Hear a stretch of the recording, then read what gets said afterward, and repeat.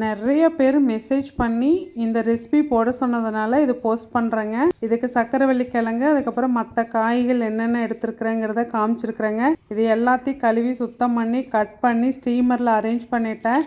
எப்போவுமே இந்த American sweet கார்னை நீங்கள் இந்த மாதிரி கையில் ஒரு ஸ்ட்ரிங் எடுத்துகிட்டு அதுக்கப்புறம் ஈஸியாக எடுத்துட முடியும். அந்த கத்தி வச்சு அறுக்கும்போது நிறைய வேஸ்ட் ஆகும். தயவுசெய்து அது பண்ணாதீங்க. பார்க்குறக்கே எனக்கு ரொம்ப கஷ்டமாக இருக்குது, ஃபுட்டு வேஸ்ட் ஆகுதேன்ட்டு. இதுக்கப்புறம் ஸ்டீமரில் எல்லாத்தையும் வேக வச்சுக்கலாங்க.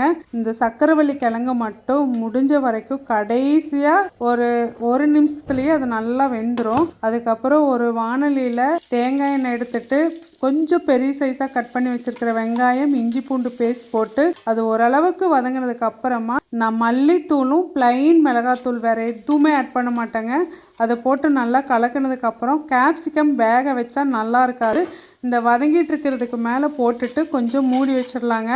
அதுக்கப்புறம் நல்லா எடுத்து விட்டுக்கலாம். ட்ரை ப்ளே அப்படின்னாலே நல்லா அடி பிடிக்கும், ஆனால் தீஞ்சு போகாது. அது டேஸ்ட் சூப்பராக இருக்கும். கொஞ்சமாக உப்பு போட்டு அந்த மசாலாவை நல்லா கலக்கிட்டு மசாலாவை மூடி வச்சு வேக வச்சிங்கன்னா தான் அந்த பச்சை வாசனை போகும். நல்லா வெந்த மசாலாவில் கொஞ்சம் கொஞ்சமாக அந்த வெந்திருக்கிற காயை சேர்த்து கலக்கிட்டு கடைசியாக மீதி உப்பையும் சேர்த்து நல்லா கலக்கணும். அப்படின்னா சூப்பரான சாலட் ரெடி.